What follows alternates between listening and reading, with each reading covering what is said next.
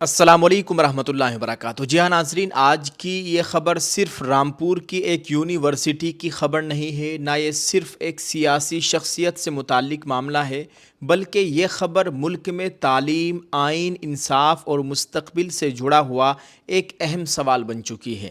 رامپور میں واقع محمد علی جوہر یونیورسٹی کے بارے میں رامپور ڈیولپمنٹ اتھارٹی نے ایک بڑا فیصلہ سنایا ہے۔ اطلاعات کے مطابق یونیورسٹی کی 38 عمارتوں کو مبینہ طور پر غیر قانونی قرار دیتے ہوئے انہیں ہٹانے کا حکم دیا ہے، اور اس کے لیے صرف 15 دن کی مہلت دی گئی ہے۔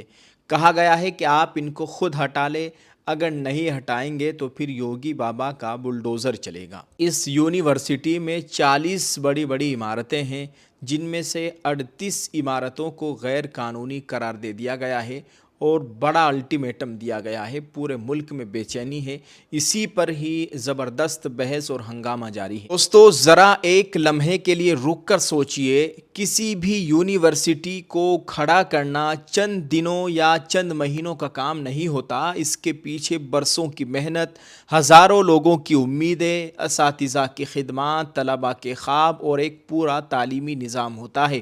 اگر کسی تعلیمی ادارے کے خلاف کارروائی ہوتی ہے تو اس کا اثر صرف دیواروں پر نہیں پڑتا، بلکہ وہاں تعلیم حاصل کرنے والے ہزاروں نوجوانوں کے مستقبل پر بھی پڑتا ہے۔ انتظامیہ کا اپنا موقف ہے کہ یہ کارروائی تعمیراتی قوانین کی خلاف ورزی کی بنیاد پر کی جا رہی ہے۔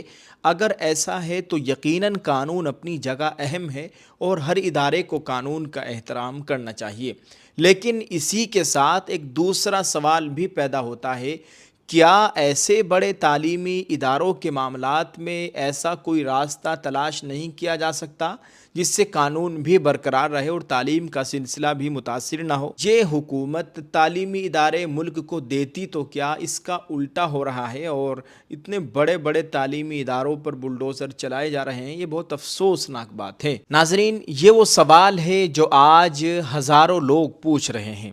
اسی لیے آج میں صرف خبر نہیں سنا رہا، بلکہ ملک کی ان شخصیات سے بھی مخاطب ہونا چاہتا ہوں جنہیں کروڑوں مسلمان اپنا نمائندہ، اپنا رہنما اور اپنی آواز سمجھتے ہیں۔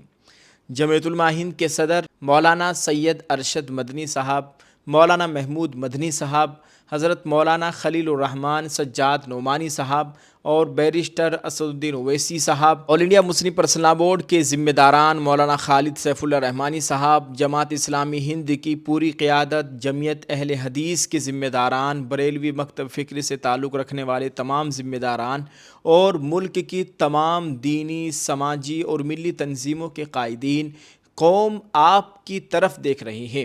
اگر آپ سمجھتے ہیں کہ معاملہ صرف ایک قانونی کارروائی ہے تو قوم کو اس کی وضاحت کیجیے، اور اگر آپ سمجھتے ہیں کہ اس میں تعلیم، آئین، حقوق یا انصاف سے متعلق کوئی سوال پیدا ہوتا ہے تو پھر قوم کو یہ بھی بتائیے گا کہ آگے کا راستہ کیا ہونا چاہیے۔ کیا اس معاملے میں قانونی مدد فراہم کی جائے گی؟ کیا عدالت سے رجوع کیا جائے گا؟ کیا مختلف مسلم تنظیمیں مشترکہ طور پر اس مسئلے پر کوئی موقف اختیار کرے گی، یا پھر ہر تنظیم خاموش رہے گی؟ یہ سوال صرف ایک یونیورسٹی کا نہیں، ملک میں اقلیتی تعلیمی اداروں کے مستقبل سے بھی ایک جڑا ہوا بڑا اہم سوال ہے۔ تاریخ گواہ ہے کہ قومیں صرف سیاست سے نہیں بلکہ تعلیم سے ترقی کرتی ہیں۔ جب تعلیمی ادارے مضبوط ہوتے ہیں تو پوری قوم مضبوط ہو جاتی ہے، اور جب تعلیم کمزور ہوتی ہے تو اس کے اثرات آنے والی نسلوں تک پہنچتے ہیں۔ اس لیے ضروری ہے کہ ایسے معاملات میں جذبات کے ساتھ ساتھ آئین، قانون اور انصاف کے دائرے میں رہتے ہوئے ہر ممکن راستہ اختیار کیا جائے تاکہ تعلیم کا نقصان نہ ہو اور قانون کی پاسداری بھی برقرار رہے۔ آخر میں ایک بار پھر میں ملک کے تمام دینی، سماجی اور سیاسی قائدین سے اپیل کرتا ہوں کہ اس حساس معاملے پر اپنا واضح موقف قوم کے سامنے رکھیں تاکہ افواہوں کے بجائے حقائق کی بنیاد پر گفتگو ہو سکے، اور اگر قانونی راستہ موجود ہے تو اس پر رہنمائی بھی فراہم کی جا سکے۔ ناظرین، آپ اس پورے معاملے کو کس نظر سے دیکھتے ہیں؟ کیا اس معاملے میں مختلف تنظیموں کو مشترکہ طور پر قانونی اور آئینی سطح پر کردار ادا کرنا چاہیے؟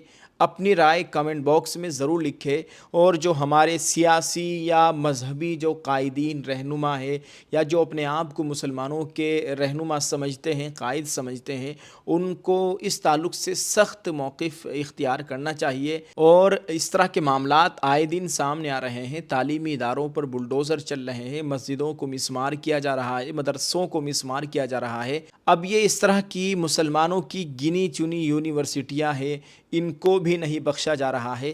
تو آپ اس سے اندازہ لگا سکتے ہیں کہ ارادے کیسے ہیں اور وہ کس نہج پر کام کر رہے ہیں۔ اللہ تعالی ہم سب کی حفاظت فرمائے، مسلمانان ہند کی جان مال عزت آبرو کی مکمل حفاظت فرمائے، آمین۔ دوستو آپ اس ویڈیو کو شیئر کریں، دعا کیجئے اللہ تعالی خیر کا معاملہ فرمائے، اللہ تعالی ان حکمرانوں کو عقل سلیم عطا فرمائے، صحیح سمجھ کر کام کرنے کی توفیق عطا فرمائے، آمین۔ آپ اس ویڈیو کو شیئر کریں اور آپ بھی آواز اٹھائیے گا اس تعلق سے۔ شکریہ، السلام علیکم ورحمۃ اللہ وبرکاتہ۔